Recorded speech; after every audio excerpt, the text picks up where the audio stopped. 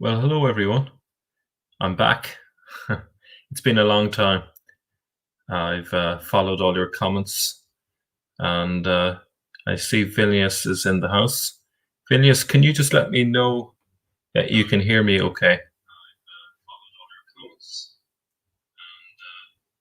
Just hearing feedback there from my own phone, so it looks like that's good. What I'll do is I'm going to share my PowerPoint. It's been a while, so hopefully I'll get it first time. No.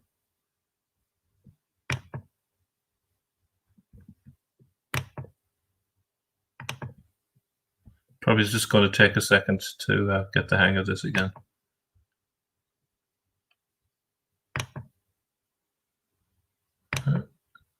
Unfortunately, I don't seem to be able to get my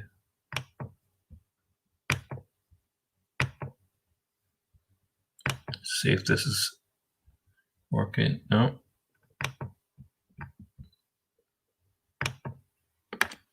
Okay, let's just see if this is let's wait till it just give it a moment just to see that the PowerPoint is showing correctly.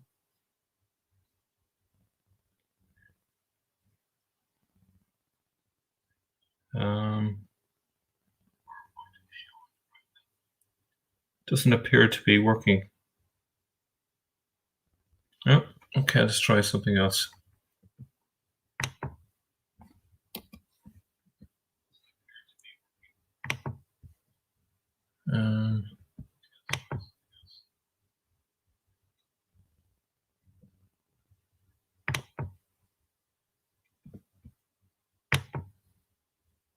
Okay. For some strange reason, this option didn't come up the first time.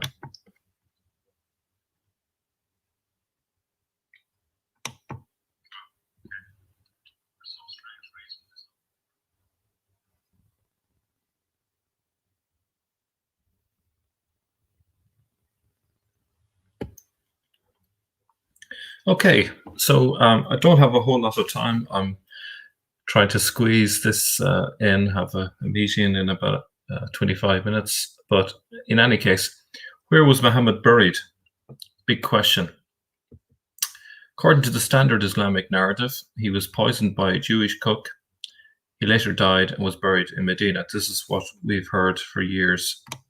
But obviously, based on everything that we've discovered over the past couple of years, we don't believe either of these things are true.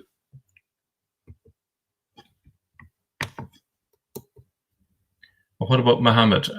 As we've set out already over numerous videos, we believe that Umar and Muhammad are one and the same person, not least because all contemporary sightings of him in the process of conquering Israel occur 2 years after the Islamic tradition says Muhammad died. These early reports trump any late 8th or early 9th century claims as to the biographical details of his life. So what we believe is that Muhammad and Umar are one and the same person, and his career, if you like, really started in 634 all the way to 644 when he died. So that's really who we're looking for and where he was buried. Now, Umar is meant to be buried also in Medina, but I don't think that's true either. This thesis assumes that Umar had time to plan for his funeral arrangements and made his will clear in this regard. So it's assuming that given he had time to make those arrangements, where would be the most likely, the most apt place for him to be buried, considering everything that we know in relation to the Jerusalem thesis? It's obvious that Umar was obsessed with the Temple Mount, based on, again, all the work that Paul Ellis has done and the work on this channel. As Paul Ellis has set out, the Masjid al-Haram is the Temple Mount, or perhaps more precisely, the Masjid made of wood that Umar built on the Temple Mount in the late 630s, having conquered Jerusalem. As Emperor Leo III stated, Umar was one of the writers of the material that became the Quran. This masjid, the masjid, was central to his preaching, and the plan at the time of his writing in the 630s and 640s was for it to be the focal point of prayer. In other words, the Qibla. Clearly, this never materialized. What I mean by that is the Qibla doesn't appear to be pointing towards Jerusalem if we look at the early mosques. There may be some exceptions to that, but in general, they don't seem to be pointing there. We don't have much evidence for mosques directed towards Jerusalem. There is a faint memory in Islamic tradition that it originally faced Jerusalem, but got changed elsewhere in Muhammad's, read Umar's lifetime. So that faint memory might have an element of truth to it. So if we imagine that there was a Qibla towards Jerusalem, when it talks about the change in the Qibla in the Quran, it's actually talking about other Qiblas before that and directing things towards Jerusalem. But then there was a change elsewhere. And that's the memory that the Islamic tradition remembers, which is accurate, actually, as we'll see. So what happened? What's changed? How come Jerusalem didn't remain the focus of the Qibla? I'm going to suggest that this has got a lot to do with the manner of Umar's death and the place that he wanted to be buried. This caused problems for the overall narrative. To figure out what changed, let's recall the last days of Umar's life as commonly accepted.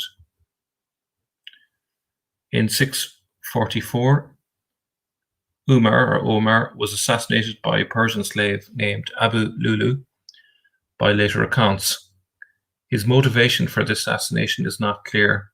One possible explanation was that it was done in response to the Muslim conquest of Persia, another that he had a grievance about the high taxation. In October 644, Umar undertook a Hajj to Mecca, during which the assassins pronounced Umar's imminent death that year, and the massive crowd of the congregation was used by the conspirators as a veil to hide themselves. Piruz Nahavandi, or Abu Lulu, was an ex-Sasanian soldier. To me, it was revenged by the Sasanians. Just checking your messages there. Okay. Now, I don't believe this happened in Mecca of the Hijaz, but in Jerusalem, as this was where Umar was conquering Greater Palestine and Syria during this period. So it makes more logical sense that this occurred again in Jerusalem. Now, on the 31st of October, 644, Piruz attacked Umar while he was leading the morning prayers, stabbing him 6 times in the belly and finally in the navel. That proved fatal. Umar was left profusely bleeding while Piruz tried to flee, but people from all sides rushed to capture him. In his efforts to escape, he's reported to have wounded 12 other people, 6 or 9 of whom later died, before slashing himself with his own blade to commit suicide. Perhaps some of this is exaggerated, but the sequence of events sounds realistic, including the long drawn-out death. Umar died of the wounds 3 days later, that's key there, on Wednesday the 3rd of November, 644. If true, Muhammad's death at the hands of a Sasanian soldier, albeit an ex-Sasanian soldier, was a propaganda disaster. Obviously, this is not something that they would have wanted to happen. Let's recall an early alternative tradition of how Muhammad was killed, found in Stephen J. Shoemaker's The Death of a Prophet. Shoemaker argues that these parallel traditions about Muhammad's death must have originated before the period in which Muhammad is depicted as having died and been buried at Medina. So on page 68 he writes, one of these, the Latin Historia de Muhammad, is a brief biography of Muhammad that seems to have come into circulation in Spain sometime prior to the middle of the 9th century, when Eulogius of Cordova incorporated it into his Liber Apologeticus Martyrdom. Interestingly enough, it also seems to present the Islamic conquest of the Roman Near East within Muhammad's lifetime. Now, this would actually mean that, again, Umar and Muhammad must be the same person, because if he died in 632, or at least the traditional Muhammad died in 632, this doesn't work. But if Umar is really Muhammad, then it makes perfect sense. Now, it came into circulation in the middle of the 9th century. Obviously, that looks late, but as we'll see later, Shoemaker shows how this can be traced to a much earlier tradition, actually before the middle of the 8th century, so pretty early, possibly the 7th century. He also says that this report suggests that Muhammad fabricated the Quran, which again fits in with Leo III's point about Umar writing parts of the Quran. Shoemaker writes, if one did not know any better from reading the accounts of the traditional Islamic sources, one would presumably understand the assault on Syria as also falling within Muhammad's lifespan. Standing squarely at the center of this political vita, the conquest of Syria seems very much to belong among the accomplishments of Muhammad's prophetic career, end quote. This is hard to square with the Abbasid claim that Muhammad died in 632.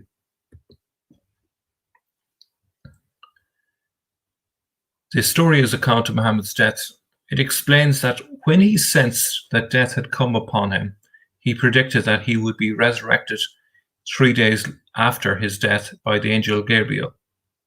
Following his death, Muhammad's followers maintained a vigil, guarding his body and awaiting its resurrection. When 3 days later this did not transpire, Muhammad's body began to stink, and his followers convinced themselves that their presence was preventing the angel's appearance. So they left the body alone, and immediately, instead of angels, dogs followed the stench and devoured his flank. His disappointed followers then buried what was left of the body. What might have happened originally? What is the least fantastical version of this story we can imagine? Obviously, we don't or shouldn't take everything on face value. I would suggest that it is possible that the stories of Umar's and Muhammad's demise were originally one and the same.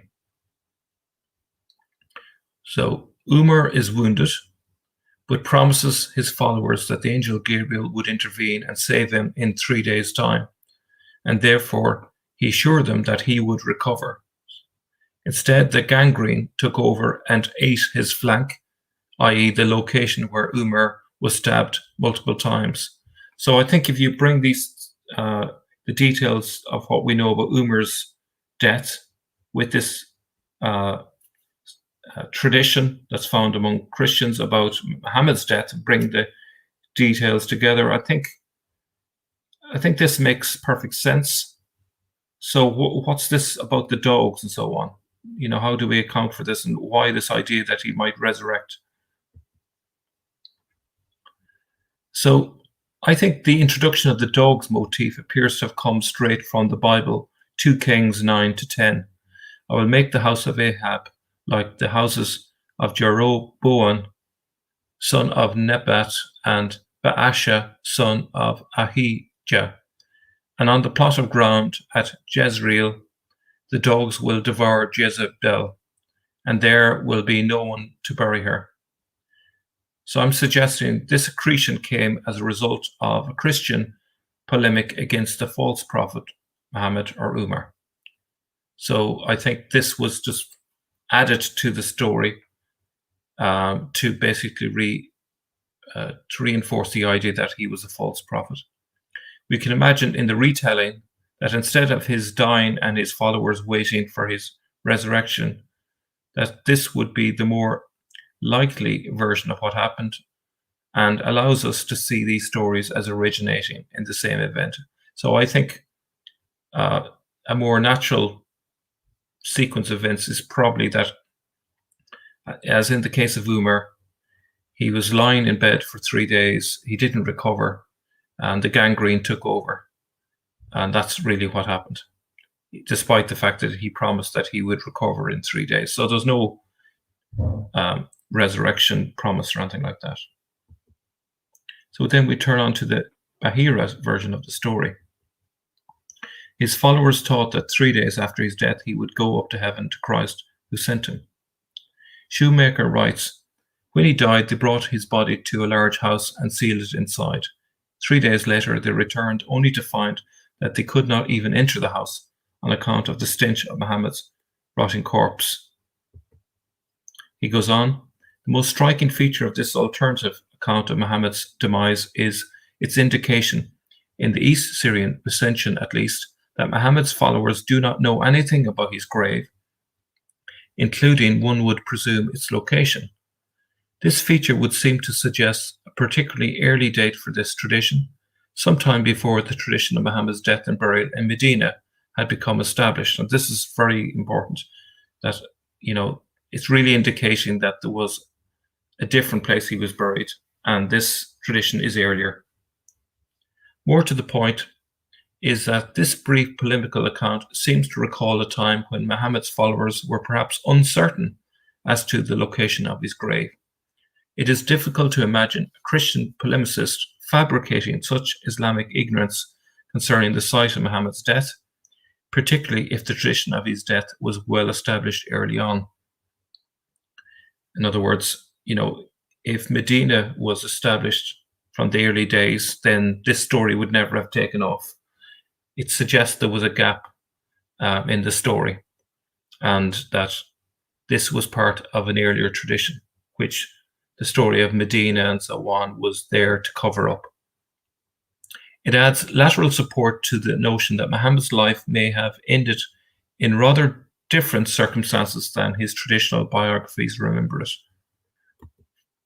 And then a third source, the Greek chronicle of Theophanes, beginning of the 9th century. This also reports that Muhammad's life ended with his, quote, slaughter or wounding. He reports this despite the heavy influence of the Islamic narrative at this stage. This element somehow got through.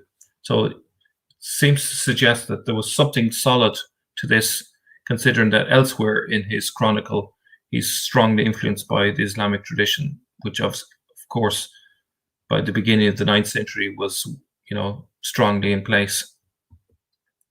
Again, we ought to note how much the report of Muhammad's death tallies with accounts on Umar's death.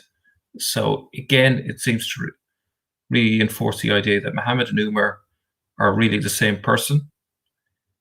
Muhammad and Umar are, if we take Muhammad as Umar, it makes sense that the reports in, for example, the other two traditions of Muhammad being involved in the conquest of Palestine and Syria.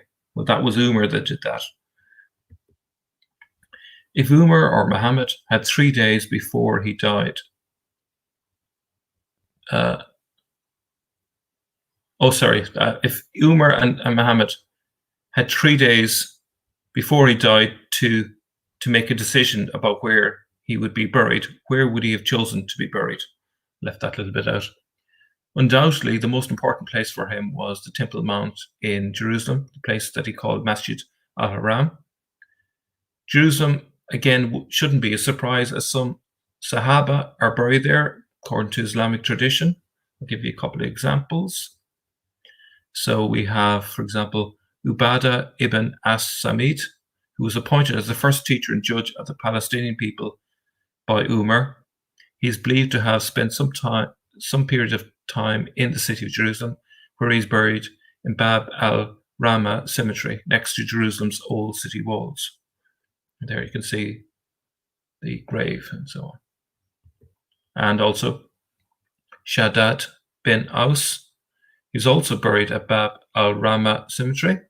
Shaddad bin Aus was one of the closer companions of the Prophet according to the Islamic tradition. He's believed to have narrated hadith directly from Nabi Muhammad. So there you go.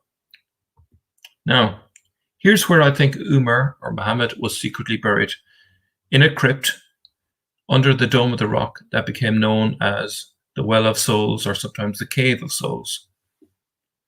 When he died, they brought his body to a large house and sealed it inside. That's according to that Christian tradition. Umar's masjid was referred to in the Quran as the house.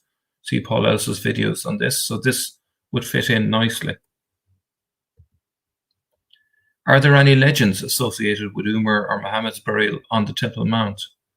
This is corroborating evidence here. Muslims believe Muhammad ascended to heaven from the Shakra, the rock. Indeed, they believe he left his footprint there. Well, if he was buried elsewhere, it's hard to explain how he could have ascended to heaven from there. So it fits.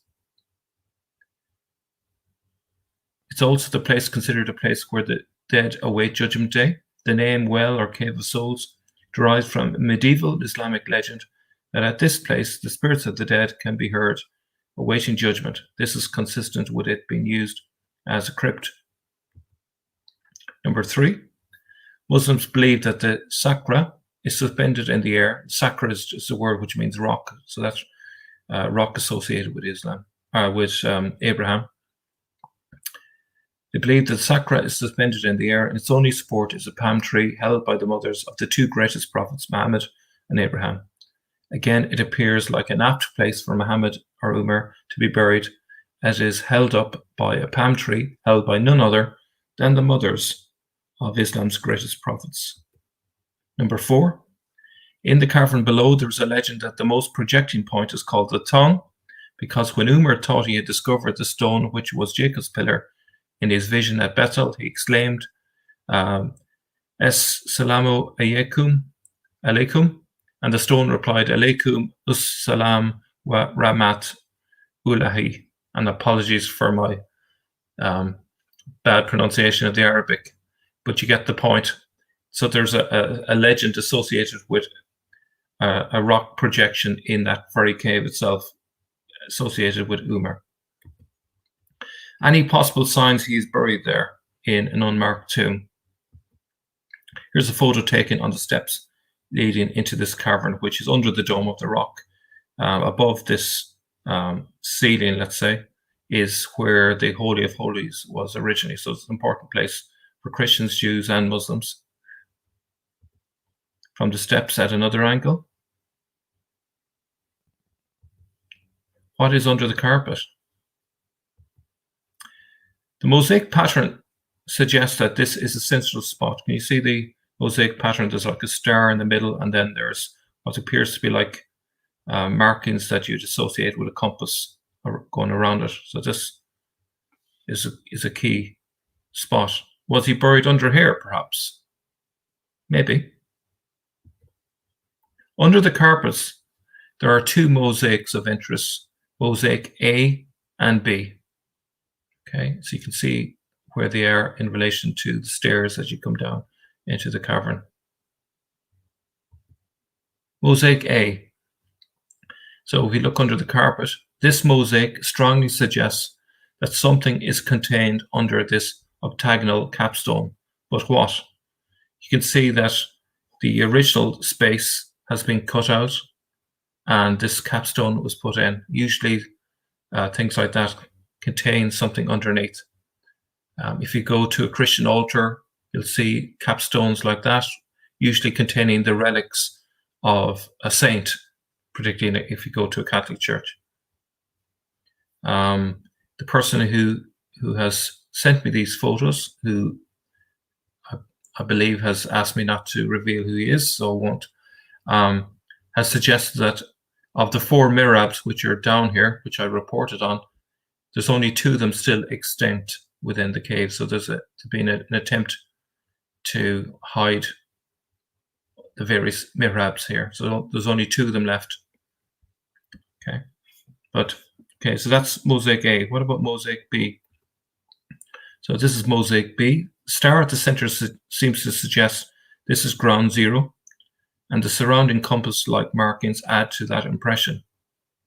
And look at this object in the background. What is this? The one with the pillars and this marble box here, which seems out of place. What is the purpose of this? There's no markings, nothing to indicate what it is. Could this marble niche be the burial place of Umar, aka Muhammad? There seems to be no obvious reason for this structure that is out of place with the rest of the room. Obviously, short of actually digging this up, we'll never know. But I'm going to suggest, if I was a betting person, this would be the first place I would look. So my tentative conclusion, I believe that considering all the legends associated with this location, especially that it marks the spot where Muhammad supposedly ascended into heaven, is difficult to escape the logical conclusion that this is where Umar or Muhammad was buried. I would suggest that the marble tomb in the corner is where he was left, at least originally. I think the most apt object that may be buried under Mosaic A's capstone was the most important thing associated with Umar, an early copy of his writings, what later became known as the Quran. In reality, these locations, if they ever contained such items, have probably long since been emptied, but wouldn't it be great to find out? So, Jerusalem then could no longer be used as a Qibla. Praying towards the Temple Mount risked turning Muhammad's burial site into a place of veneration, the sin of shirk or idolatry. So a new focal point was necessitated by his decision to be buried there. This would lead to decades of turmoil as his followers wrestled with upholding his last will and testament, while having to justify why a completely different location became the new location for a Masjid al-Haram. So the Abbasids went back to the drawing board. We shouldn't underestimate the huge effort that changing the Qibla required in terms of rewriting the story, covering up all the biblical connections with Jerusalem and so on, and trying to make a new place, Mecca down in the Hijaz, fit. So, is this his burial place? I think so. It will require archaeologists to go and dig it up and see what's there. But this is a bit like prospecting for oil. The evidence would suggest that this is a good location to go looking for that oil.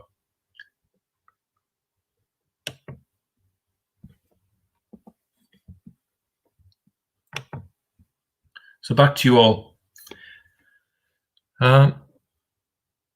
So there you go. That's my thoughts on it. I do have to stop there. I have a meeting to attend, but thank you for watching. I'll talk to you all very soon. Bye-bye.